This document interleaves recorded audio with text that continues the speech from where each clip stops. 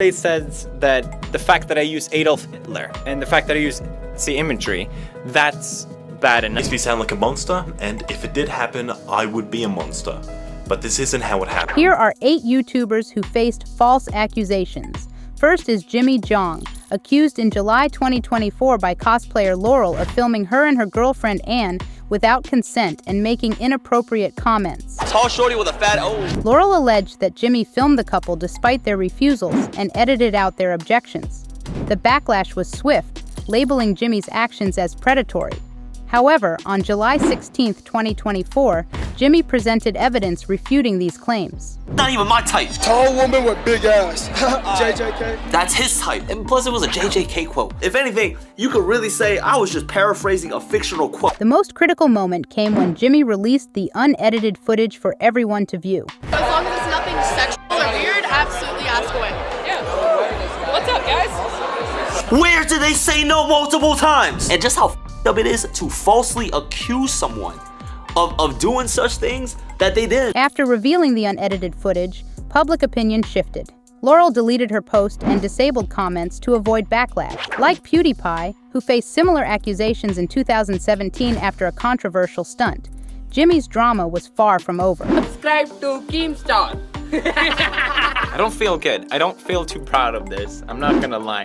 Like, I'm not anti-Semitic or whatever it's called. Okay, so don't get the wrong. So Wall Street Journal, a well-known, respected news outlet, posted that I, during the past 6 months, have made 9 videos that have anti-Semitic messaging in it. They used even me pointing my arm like this. Technically, they can use this as evidence as well, because that's what they did. I'm not joking. The Wall Street Journal did this. It's the most absurd thing I have ever heard. Although PewDiePie refuted the claims, the media persisted, prompting him to post a follow-up video a week later. Say that if you're gonna call someone a hero to the Nazis, you may want to double check if that's true or not, because afterwards you can't go, lol, just kidding. But the way the Wall Street Journal defended this was that neo-Nazi websites were supporting me, calling it the #1 PewDiePie fan site, which I obviously had no idea about. I don't, believe it or not, I don't go to neo-Nazi websites. However, after checking the website, PewDiePie uncovered evidence that forced the media to retract their stance. The neo-Nazi websites have changed their mind. Right now, they are the #1 Wall Street Journal fan site. Interesting. I don't believe Wall Street Journal has made a statement condemning these websites. So they must be a Nazi-supporting website now. With his innocence established, PewDiePie returned to his regular content, though his relationships with Disney and YouTube were impacted. In contrast, gaming YouTuber SVB faced a shocking accusation on August 11, 2022, from Twitter user Nia, who claimed he was a predator and child abuser. This was particularly surprising given SVB's outspoken stance on women's issues. Female gamers are consistently the target of a specific set of attacks and comments, and each of them are their own form of malicious. I want to just start by spelling out what these are and why they're so alarming. Nia's post accused SVB of inappropriate behavior with a 16-year-old during a coaching session, including asking for a topless photo. SVB first heard about these allegations during a live stream. This is crazy, guys. This is actually crazy. It's crazy. People are faking screenshots about me. What did I ever do to anyone of this kind that they would... What?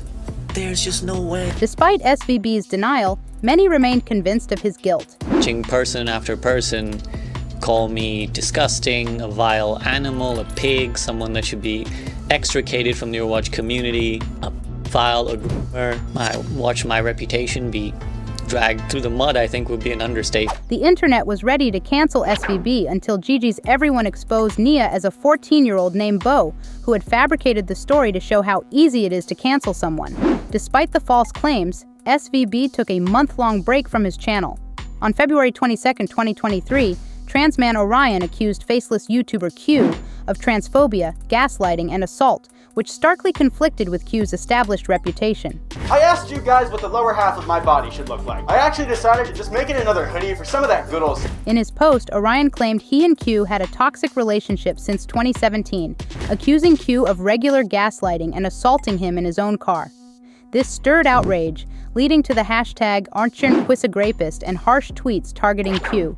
However, just 2 weeks later, Q responded with a 90-minute video revealing his face against his wishes to address the allegations. My response to several allegations made against me, the most serious of which being that I sexually assaulted a former friend and ex-partner of mine named Orion in Orlando, Florida on February 18, 2018. This clip is of Orion describing the same day the assault allegedly took place in a video 4.5 years ago, where he has a very different account of how he felt about that day. It was fun, and I distinctly remember him getting out of my car, but stopping midway and saying, "Just remember, I really care about you," and then closing the door, which made me feel really good. Entire video, that clip is taken from a testimony given much closer to when the assault allegedly took place. The topic of sexual or romantic activity between me and Orion is not mentioned a single time. Q then detailed the actual events, revealing a surprising twist.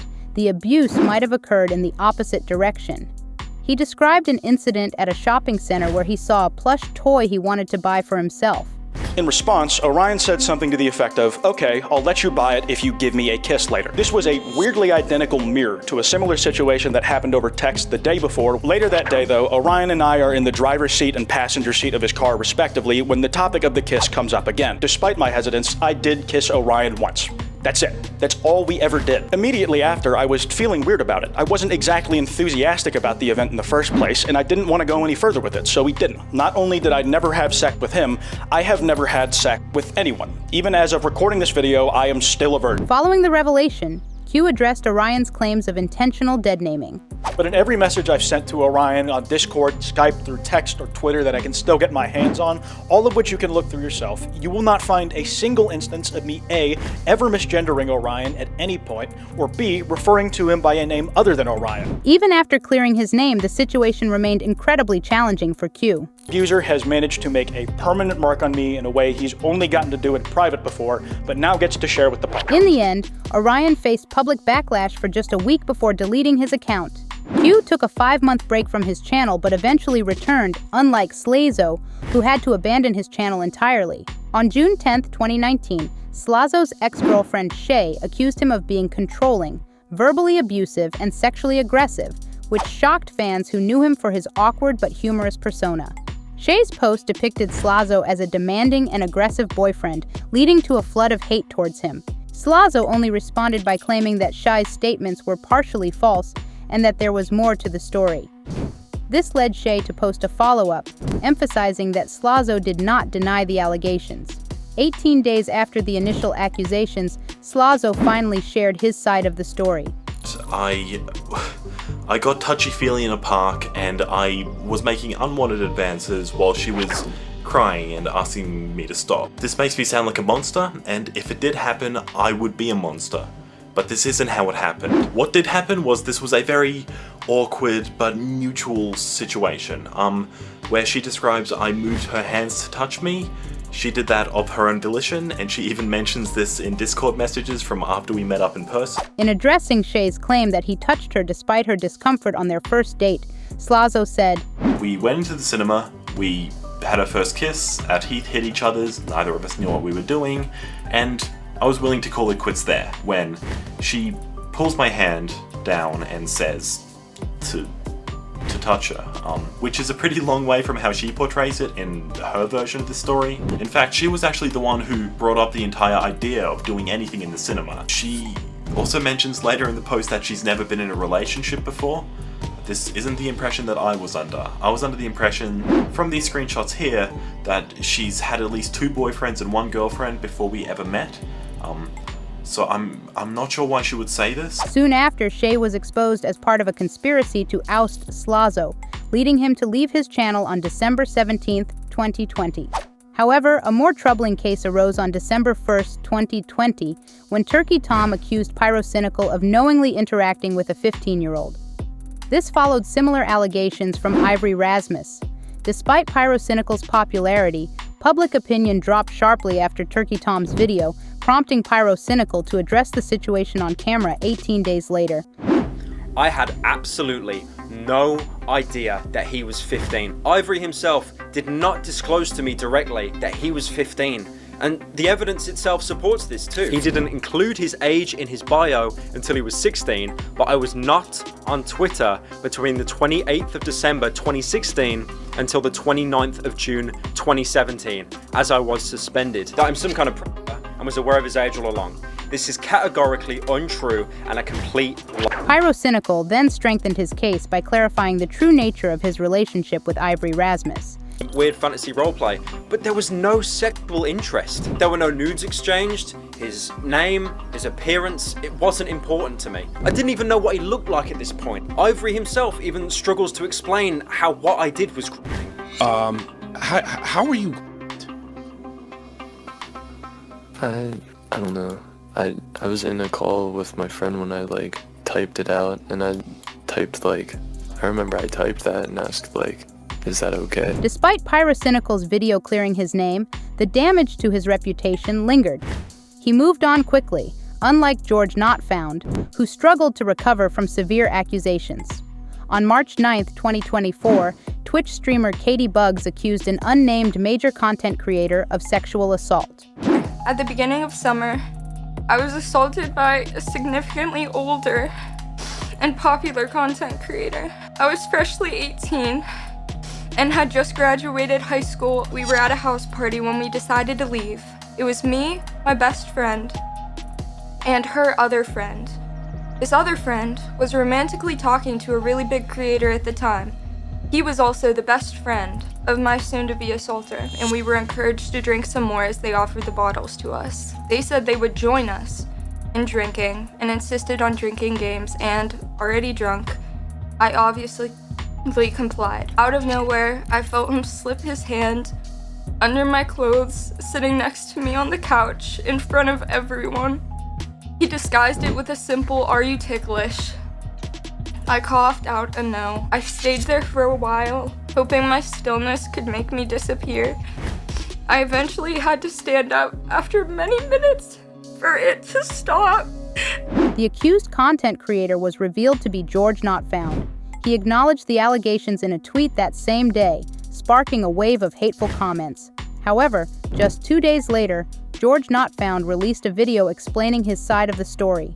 See, I was with Dream in his hotel room, and Dream was in a group chat with 5 other people. These 5 people included Kitty Bugs, her best friend, and 3 other of her friends. They had already been drinking at this party before they arrived to the hotel room, and they had also been the ones that were asking to play the drinking games. We had previously been cuddling on this couch for around an hour, but I did place my hand on her waist under her shirt. Anytime that I did this, it was met with her either smiling, laughing, play fighting with me, and there was no reason for me to believe that she was uncomfortable. In response, Katie shared a message from one of George's friends, who was uncomfortable with the situation. George then released another video a few days later to address the new developments. Is claimed to be from you. Yeah, I didn't send that text. Katie's story was already losing credibility, and her next response sealed its fate. He stuck his hand up my shirt, under my bra, and felt up, fondled, whatever you want to say. He felt up my tit. Leaving out such a crucial detail undermined Katie's initial accusation, and the internet quickly noticed. As her attempt to cancel George Not Found failed, she deleted her claims and disappeared. Despite this, George's career suffered, including a loss of subscribers and a Mr. Beast collaboration. Similarly, in July 2020, Super Smash Bros. Player NextReady accused YouTuber M2K of assaulting another player in her sleep. This accusation shocked the community, as M2K was known for his straightforward and honest reputation. We go through life like this, just doing what I need to, trying to be morally good. NextReady's tweet accused M2K of pleasuring himself and finishing on a sleeping female gamer, Rena Chan. The vile nature of the accusation quickly fueled a massive wave of hate against M2K. Despite his quirky and controversial actions being previously overlooked, the backlash was swift. On July 4th, 2020, M2K addressed the allegations. On Twitter, that's a story that never happens regarding me orgasming on Rena-chan, and that is a complete lie. Not only did that not happen, I can't even make that happen. Or the amount of difficulty it takes is so much more than you could imagine. Pretty much like my biggest secret that I just don't like revealing, but I feel like I just have to get out of the way. I was circumcised very, very badly very badly as an infant, to the point that it's pretty much pretty much impossible, or extremely, and I mean extremely, difficult to feel pleasure, orgasm, or any of that stuff. And that relates... Jason. Next Ready apologized and deleted his tweet after facing backlash. M2K's innocence was confirmed, but he was still forced to reveal an embarrassing secret.